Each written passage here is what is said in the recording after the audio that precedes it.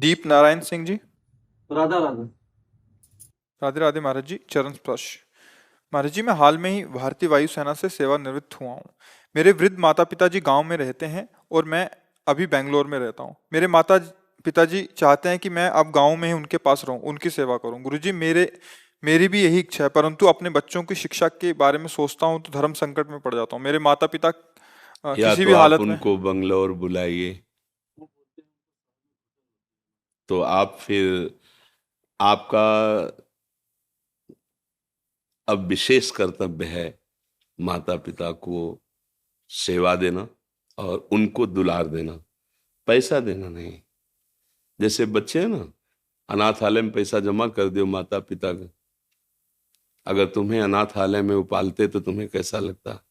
उन्होंने अपनी गोद में शौच तुम्हारी करवाई, लघुशंका करवाई, इतना बड़ा किया है। अब अवस्था आ गई उनकी हो कि आगे चलकर उनको शौच करवाना पड़ेगा आपको। तो आपका प्यार और दुलार उनको सुख देगा, ना कि व्यवस्थाएं कि भाई हम माता पिता को 10,000 अपनी पेमेंट से भेजते रहेंगे। ऐसा नहीं। जरूरत है तुम्हारी, उनको पैसा उतना न मिले, कोई उनको परेशानी नहीं। जरूरत है सानिध्य की, जरूरत है प्यार दुलार की। और ऐसा नहीं है कि अब गांव में भी अच्छे विद्यालय आसपास होते हैं कि शहर में ही पढ़ाई ठीक होती, गांव में नहीं होती, ऐसा भी नहीं है। और दूसरी बात है, बुद्धि का प्रकाश केवल लौकिक विद्या के पढ़ने से ही नहीं होता है। आशीष और अध्यात्म से भी उसका बहुत दिव्य प्रकाश होता है। हम लोग कक्षा 9 पढ़े हैं गांव के स्कूल से, 9, जिसमें 5 तक तो केवल ककारा मात्राएं ही याद कराई जाती थी। अब तो 1-2 के बच्चे अंग्रेजी पढ़ते हैं। 6वीं क्लास में ABCD सिखाई जाती थी। 9 तक पढ़े हुए हैं। बुद्धि का विकास और प्रकाश प्रभु का आश्रय लेकर नाम जप करते हुए अगर पढ़ाई की जाए तो बहुत दिव्यता आ जाएगी। तो हमें तो नहीं लगता कि गांव में ऐसी पढ़ाई नहीं होगी जैसी शहरों में होगी। हाँ, ये है कि परिवार न राजी हो, बात तुम्हारा अलग है। लेकिन अब इस समय राजी नाराजगी की बात नहीं, इस समय उनको तुम्हारी सानिध्य की जरूरत है, माता पिता के सानिध्य की जरूरत है। और उनका आशीष भगवद आशीष है। अगर उनका आशीष हो गया तो नहीं, बहुत पढ़े लिखे इंजीनियरिंग किए भी ऐसे ही घूम रहे हैं। ऐसा थोड़ी कोई बहुत रुपया कमा रहे हैं या बहुत, ऐसे नहीं, पढ़े लिखे भी और आशीष है ना, तो वो सर्व सुख प्रदान कर देता है। तो हमारी तो राय यही है। अभी कल ही परसों सत्संग में आया था कि पृथ्वी से महान कौन, यक्ष ने पूछा। तो युधिष्ठिर जी ने कहा माँ। और आकाश से बड़ा कौन? उनका पिता। मतलब पृथ्वी से भी महान और आकाश से भी बड़ा माता पिता का पद रखा गया है। अगर उनको हम अवसर में, जब तक वो अपना कर्तव्य, तो देखो आप खुद कह रहे हैं कि आप एक अच्छे सरकारी सेवक रहे और रिटायर हो गए, उनके कर्तव्य में कोई कमी नहीं रही। आपने भी प्रयास किया। अब आपके कर्तव्य का समय आ रहा है। वो आपको कह दें कि नहीं कोई बात, दूर रहो, तो भी नहीं। वो आपको गाली भी दें तो ठीक से सेवा नहीं कर, तो भी नहीं। हमको उनमें आसक्त होकर, जैसे यज्ञ करने वाला उपासक यज्ञ के विघ्नों की परवाह न करके अपने इष्ट की पूर्ति के लिए यज्ञ करता ही है। मेघनाद यज्ञ कर रहा था, ये अंगद आदि महापुरुष जन जाके खूब लात मारे, उसके हिला नहीं। जब यज्ञ विध्वंस कर दी लघुशंका आदि करके, तब वो उठा। तो एक यज्ञ की तो ये यज्ञ के समान पावन माता पिता की सेवा है।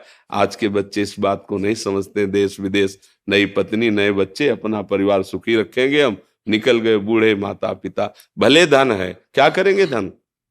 उनको उस समय प्यार की जरूरत होती है। कोई प्यार से, आप नौकर रख दो, प्यार थोड़ी करेगा वो, तो ठीक है, कपड़ा धो देगा, भोजन दे देगा। उस समय उनको प्यार की जरूरत है। वृद्ध है।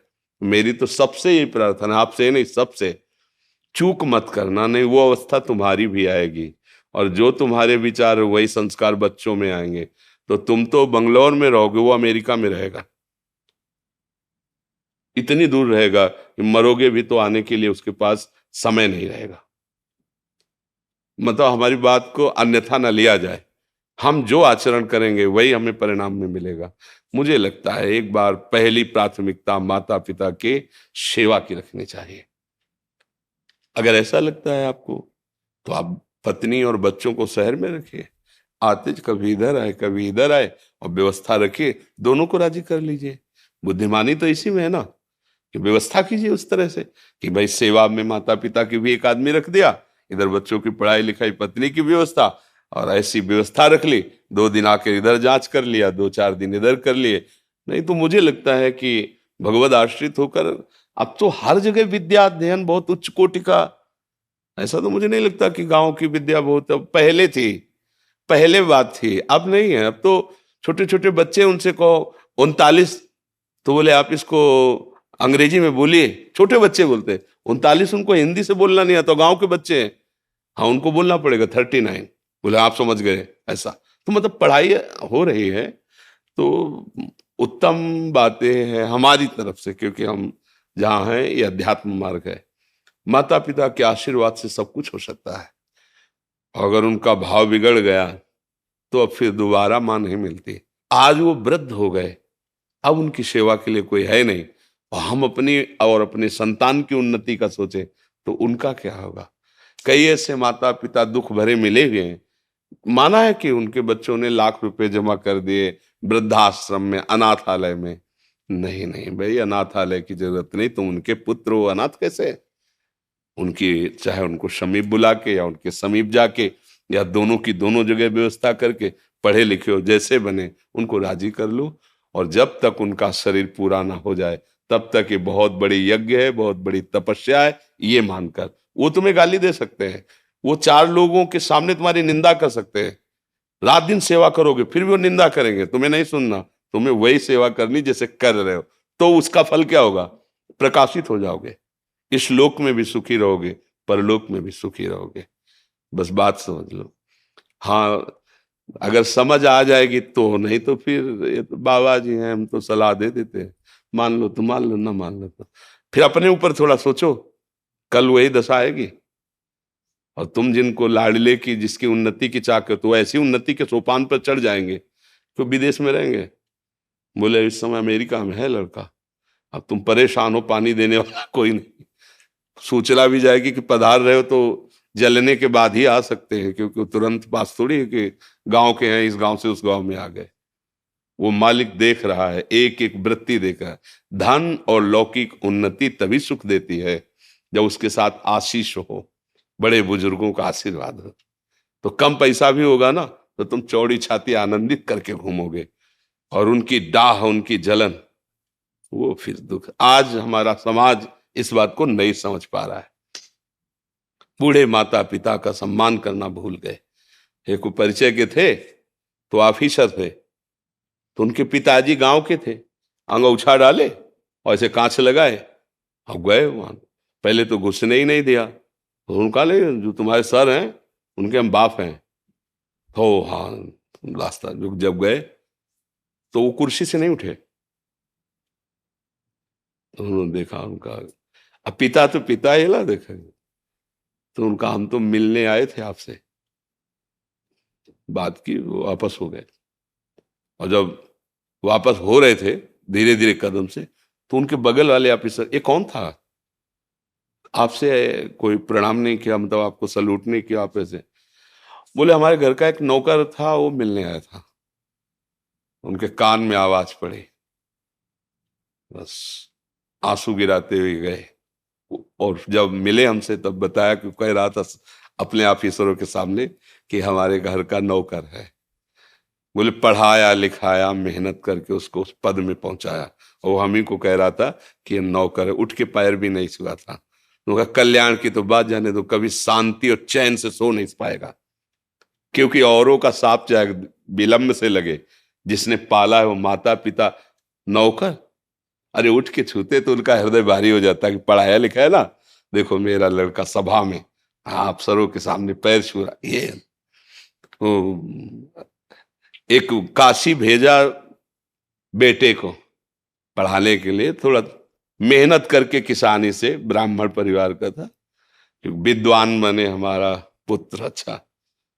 और 10 वर्ष यहां से पैसे भेजते, 10 वर्ष बाद आए तो पिता तो किसान आदमी, अब उनको पंडितों के बीच में पिता ने जो बहुत सूक्ष्मता से देखा, जैसे जैसे देखो प्रणाम की एक मुद्रा, पेट में हाथ लगाया ना, ऐसे देखा प्रणाम कर, पेट ने चरण में हाथ लगाया जाते, ले देखा है ऐसे तो ऐसे ही वो समझ गया। तो उनका बेटा पढ़े? बोले हाँ पढ़े। बोले लेकिन पढ़ाई का जो फल है वो तो दिखाई दे रहा मुझे, विद्या विनयम ददाति, विद्वान पुरुष विनम्र होता है, विद्या नम्रता प्रदान करती है। तुम्हारे अंदर अभी वो विद्या नहीं है जिसको पढ़ाने के लिए भेजा था, वो विद्या तुम्हारे अंदर नहीं। तो उनका आप जांच लीजिए, आप हमसे जो प्रश्न चाहे वो प्रश्न कर सकते हैं, जैसा चाहे आप हम। बोले अपने गुरुजी से पूछना जाकर के, एक बार काशी जाओ, पैसा हम फिर देते हैं, कि पिताजी ने कहा है कि तुम्हें वो विद्या प्राप्त नहीं जिस विद्या के लिए हमने काशी भेजा था। आज हम लोग बहुत पढ़े लिखे ग्रेजुएट हो रहे हैं, लेकिन वो विद्या धूर्तता ला रही है। नहीं दे, कठोर शब्दों से माता पिता को उत्तर दे देना, तुम क्या जानो पुराने जमाने के, हमारी आधुनिकता की नई समाज ऐसा, जो प्रातः काल उठ के रघुनाथा, मात पिता गुरु नावई माता, जो स्वयं भगवान है वो अपने माता। और आज हम ग्रेजुएट हो रहे हैं, उनके चरण छूने में सब चाहते हैं, अगर वो बीमार हो जाएंगे तो उनकी सोच फेंकने में सब चाहेंगे, और उन्होंने वर्षों हमें गोद में लगाया है लघु शंका की।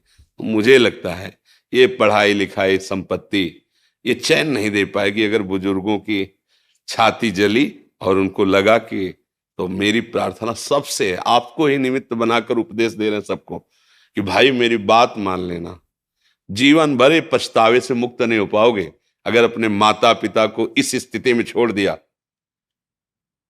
तो इसका तुम कुछ भी बन जाओ, जलोगे, रात दिन जलोगे, देख लेना, हमारे वचन याद कर लेना।